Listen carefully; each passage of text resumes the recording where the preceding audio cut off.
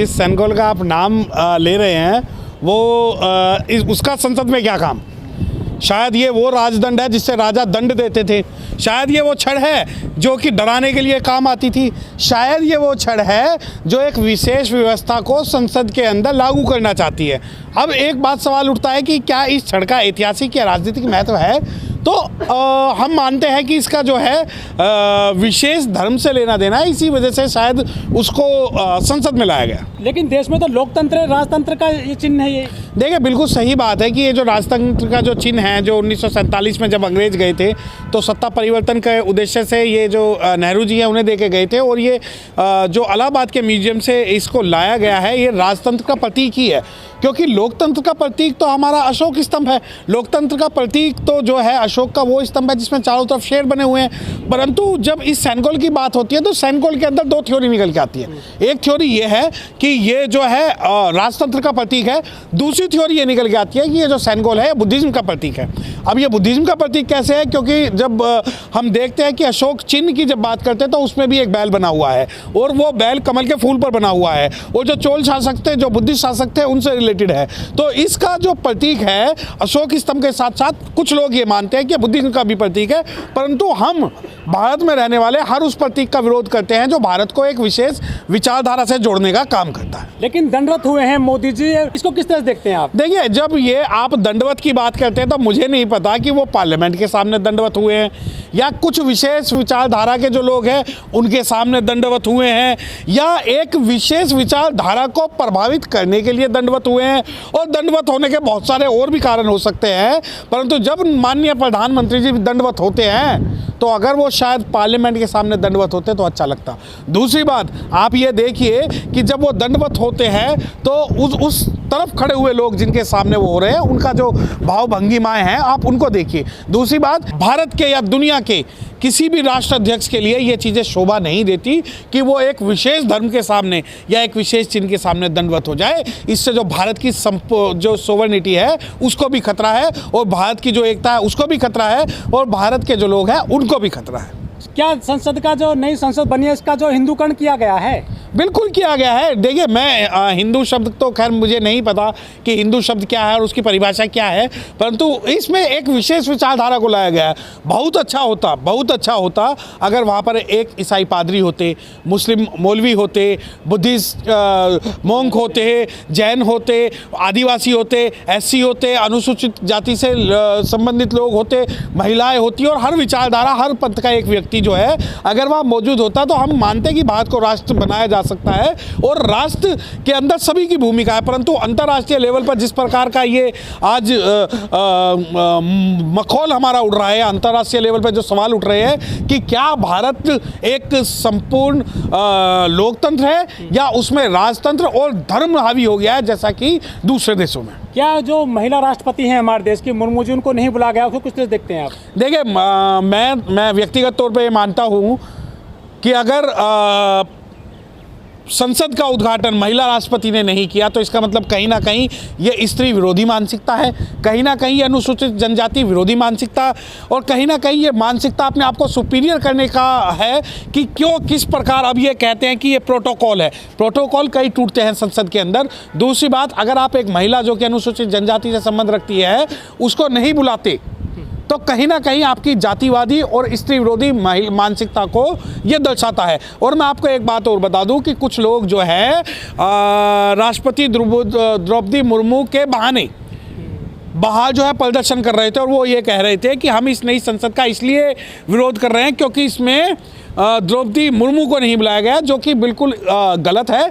क्योंकि अगर उन्हें विरोध करना चाहिए था तो उन्हें विरोध करना चाहिए था कि इस संसद के अंदर जो ये भगवाकरण हो रहा है, इस संसद के अंदर जो विचारधारा थोपी जा रही है उसके अंदर जो है उसका विरोध होना चाहिए था। अब आप ये देखिए कि जो लोग वहाँ बुलाए गए थे, जो विचारधारा थोपने के लिए वहाँ बुलाए गए थे, उन लोगों का किसी भी राजनीतिक पार्टी ने विरोध नहीं किया है।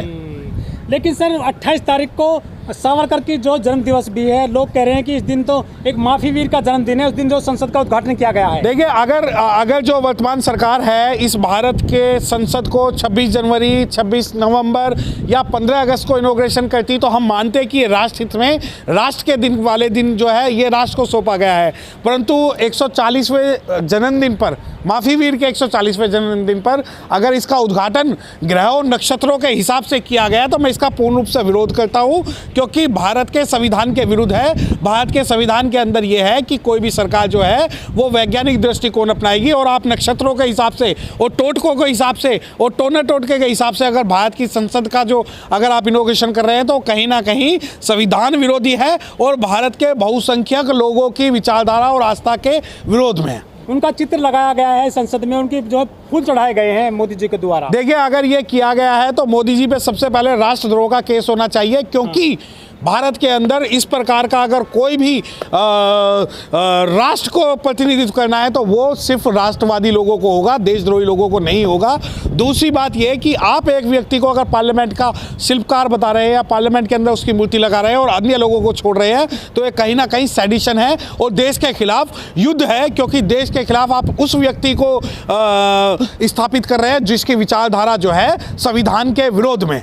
जिस तरह से जो है दक्षिण के जो है ब्राह्मण लाए गए हैं संसद में, ये उत्तर भारत के ब्राह्मणों को सोचना चाहिए कि उनकी जगह इस भारत के वर्तमान व्यवस्था में क्या है।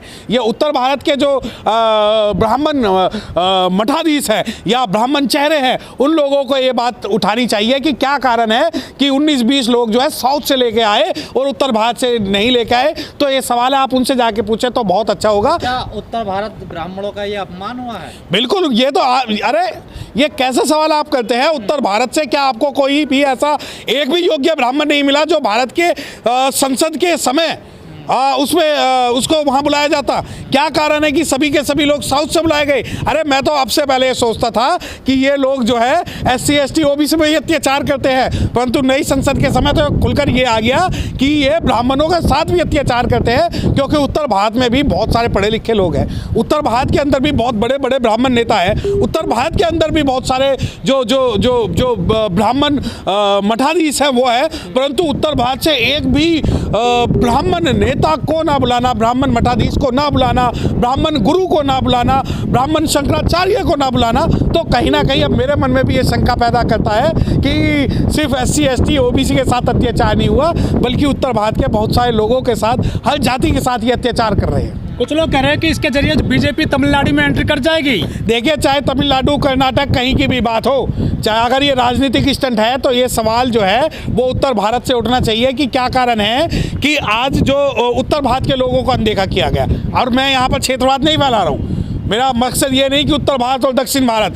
मेरा मकसद ये है कि एक विशेष विचारधारा के व्यक्ति अगर एक क्षेत्र से बुलाए गए हैं तो कहीं ना कहीं आपकी मंशा भारत के अंदर क्षेत्रवाद फैलाने की और भारत के अंदर दोनों क्षेत्रों में उत्तर भारत और दक्षिण। लोग सोशल मीडिया पर लिख रहे हैं कि जहां सेंगोल रखा गया वहां पर संविधान होना चाहिए था।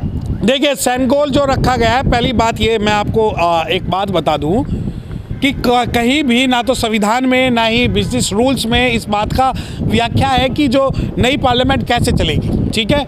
और अगर ये सेंगोल रखा गया और वहाँ संविधान रखना चाहिए था तो मैं आपको बताना चाहता हूँ कि जो विरोधी लोग नाटंकी कर रहे थे वो ये कह रहे थे कि भाई द्रौपदी मुर्मू को नहीं बुलाया, हम इसलिए इस संसद का बहिष्कार कर रहे हैं। तो उन लोगों से मेरी अपील है कि दोबारा आप वहाँ पर आएँ, दोबारा इसका विरोध करें और दोबारा कहें कि जहाँ पर सेंगोल रखा गया है वहाँ पर या तो अशोक चिन्ह होगा या संविधान होगा, और अगर नहीं है तो कहीं ना कहीं उनकी जो नियत है, उनकी जो मानसिकता वो नूरा कुश्ती की है।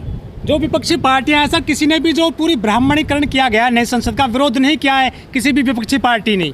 देखिए, यही बात तो भारत के हिंदू, भारत के मुस्लिम, भारत के सिख, भारत के जैन, भारत के बुद्धिस्ट, भारत के अन्य जो लोग हैं उन सभी को सोचना पड़ेगा कि नई संसद में आपका प्रतिनिधित्व कहाँ है। आप ये देखिए कि पूरे के पूरे भारत को इन्होंने इग्नोर कर दिया, पूरे भारत की व्यवस्था को इन्होंने इग्नोर कर दिया, पूरे भारत के पंथों को इन्होंने जो है इग्नोर कर दिया, और उसके बाद में भी कोई भी विपक्षी पार्टी अगर इस मुद्दे को नहीं उठा रही है, और ये बहुजन समाज के लोग ही है जो इस मुद्दे पर खुलकर बोल रहे हैं और आवाज़ उठा रहे हैं। और यहाँ तक कि जो लोग कहते हैं कि मुस्लिम समाज, तो मुस्लिम समाज में से 1 या 2 लीडर को छोड़ के किसी की आवाज़ इस बारे में नहीं निकली कि हमारा भी प्रतिनिधित्व वहाँ होना चाहिए। बिहार की एक पार्टी कह रही है जो इसका डिजाइन है वो ताबूत की तरह है। देखिए, वो तो मैं एक बात बता दूं कि मैं बाबा साहब को मानने वाला हूं, तो ताबूत की तरह हो या ना हो, परंतु अगर नई संसद बनी है और नई संसद के अंदर भारत को राष्ट्र समर्पित हुई है तो मैं उसका समर्थन करता हूं। आप चाहे डिजाइन इसका कैसा भी हो, अगर वो हमारी है, वो पूरे भारत की।